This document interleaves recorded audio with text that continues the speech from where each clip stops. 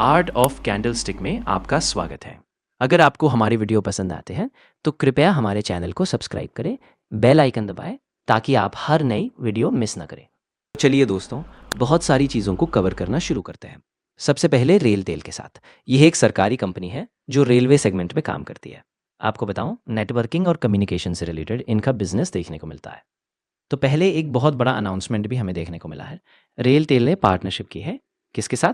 Tata communication के साथ। किस उद्देश्य के लिए? AI ready digital infrastructure develop करने के लिए। तो एआई के साथ साथ जो साइबर प्रोटेक्शन है उससे भी रिलेटेड काम हम लोग करते हुए देख सकते हैं। तो ये डील हमें देखने को मिली है। अगर आप रेलटेल को स्टडी करते हो, टाटा कम्युनिकेशन को स्टडी करते हो, तो फंड रेजिंग से रिलेटेड चीज़ें भी देखने को मिली थी। ठीक है, लगभग 10 बिलियन इंडियन रुपीज़ की डेप्ट ऑफरिंग के चलते वो चीज़ें हमें देखने को मिली है। और दूसरा, अगर आज के दिन की बात करें तो यहाँ पर एक एमओयू साइन हुआ है एनएमडीसी के साथ। तो हम ये कह सकते हैं कि उसी के साथ साथ और भी चीज़ें देखने को मिलेंगी। ब्राज़ील की भी बात करें आयरन और को लेकर, तो इसी वजह से अदानी पोर्ट जैसी हैवी कंपनी आज डिसेंट परफॉर्मेंस दिखा रही है।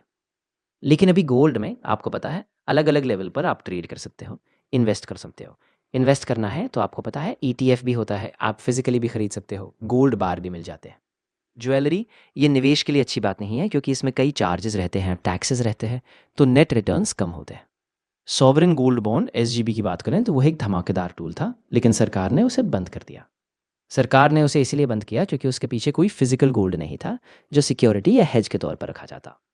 तो ट्रेडिंग की बात करें, कुछ लोग गोल्ड ईटीएफ में ट्रेड करते हैं, और सबसे इंपॉर्टेंट चीज़ गोल्ड फ्यूचर्स। तो इसी गोल्ड को लेकर एक और बड़ी खबर है। नेशनल स्टॉक एक्सचेंज एनएसई ने अनाउंस किया है कि 10 gram gold future contract launch किया जाएगा। हाँ, 10 ग्राम से रिलेटेड फ्यूचर्स कॉन्ट्रैक्ट आपको एनएसई पर देखने को मिलेंगे। ये काफ़ी बड़ी खबर है। 16 मार्च से इसकी शुरुआत होगी क्योंकि सेबी ने इससे रिलेटेड अप्रूवल दे दिया। तो आप साइज़ देख सकते हो, 10 ग्राम के फ्यूचर्स हम लोग एनएसई पर देखने को मिलेंगे। तो हम कह सकते हैं कि कोई शक नहीं, इस चीज़ के चलते कंपटीशन बढ़ेगा, खासकर एमसीएक्स के साथ, क्योंकि टिकर साइज़ यानी फ्यूचर कॉन्ट्रैक्ट का साइज़ एनएसई पर कम है। तो एक बड़ी खबर हमें देखने को मिली है। भविष्य में भी अगर देखा जाए तो एक्सचेंज एक दूसरे के बिजनेस में एंटर करने की कोशिश कर सकते हैं। हाल ही में खबर आई थी कि एग्रीकल्चर से रिलेटेड एक्सचेंज एमसीएक्स में एंटर करने की कोशिश कर रहा था, लेकिन फिलहाल सेबी ने उन्हें रोक दिया था। देखते हैं आगे क्या होता है। अब अगला रिव्यू करते हैं, अच्छा परफॉर्मेंस है या नहीं, और जो पुरानी बात उन्होंने बोली थी उसी पर कायम है। मतलब अभी भी वो डिक्सन टेक को लेकर कॉन्फिडेंट नहीं है, तो उन्होंने वही रेटिंग बनाए रखी है। जैसी खबर निकली, डिक्सन टेक में दबाव देखने को मिला था। आईटी सेक्टर की बात करें तो सबसे ज़्यादा गिरावट इसी सेक्टर में देखने को मिली है, लगभग 1.5% की गिरावट। जेफरीज ने यहाँ पर इन्फोसिस, टीसीएस जैसे दिग्गज आईटी स्टॉक्स को डाउनग्रेड कर दिया है, क्योंकि उनका मानना है कि आने वाले समय में इनकी कमाई पर असर पड़ेगा। डाउनग्रेड का कारण क्या है? एआई को लेकर चिंता है। और भी कई कंपनियां हैं, लगभग 4 से 5 कंपनियां जो लगातार गिर रही हैं। रिपोर्ट में ये कहा गया है कि 67% तक डी रेटिंग को संभव है। मतलब अगर कम नुकसान हुआ तो 30% तक डी रेटिंग, और अगर सबसे खराब स्थिति हुई तो 65% तक गिरावट। जैसे ही ये रिपोर्ट आई, आईटी सेक्टर फिर से दबाव में आ गया। हर बार कोई ना कोई रिपोर्ट आने के बाद आईटी सेक्टर में गिरावट होती है, और ये दिखाता है कि जो इन्वेस्टर हैं वो आईटी सेक्टर को लेकर अपना भरोसा खो रहे हैं। शेयर होल्डिंग पैटर्न में भी बदलाव हुआ है, और सबसे ज़्यादा सेलिंग एफपीआई के द्वारा आईटी स्पेस में हुई है। लगभग 10,000 करोड़ से ज़्यादा की बिकवाली आईटी सेक्टर में हुई है, और ज़बरदस्त तरीके से डैमेज हुआ है। इसके पीछे कारण है तेजस फाइटर जेट। आपने सुना होगा, कल की खबर है कि तीसरा तेजस एलसीए क्रैश हो गया। एयरक्राफ्ट डैमेज हुआ, लेकिन अच्छी बात यह है कि पायलट सुरक्षित है। हालांकि एचएल ने इस रिपोर्ट को नकार दिया है। उनका कहना है कि ये एक माइनर टेक्निकल इंसिडेंट था ग्राउंड पर।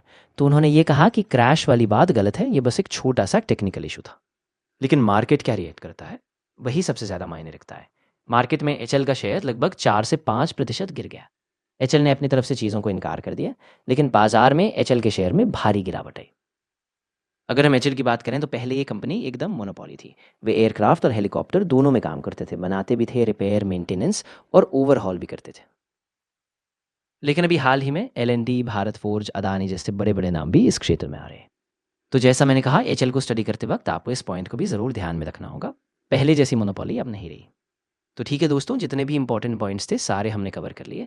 तो दोस्तों, अगर आपको हमारा ये वीडियो पसंद आया हो तो ज़रूर चैनल को सब्सक्राइब करें, बेल आइकन दबाएं ताकि आपको हर नई वीडियो की नोटिफिकेशन मिले, और कमेंट करके हमें बताएं कि आपको अगला कौन सा विषय चाहिए।